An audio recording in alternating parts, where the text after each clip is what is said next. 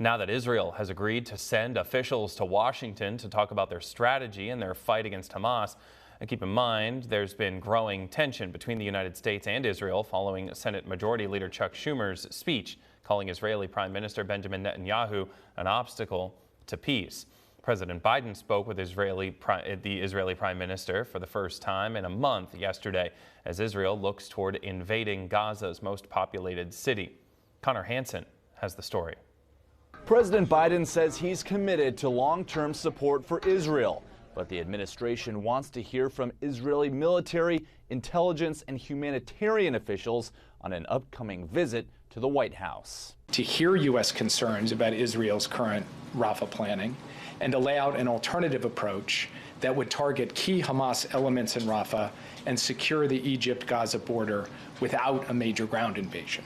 National Security Advisor Jake Sullivan says more than 1 million people have taken refuge in Rafah after fleeing other cities destroyed in the war. A major ground operation there would be a mistake. It would lead to more innocent civilian deaths, worsen the already dire humanitarian crisis, deepen the anarchy in Gaza, and further isolate Israel internationally. Prime Minister Benjamin Netanyahu recently told President Biden he is focused on his country's end goals.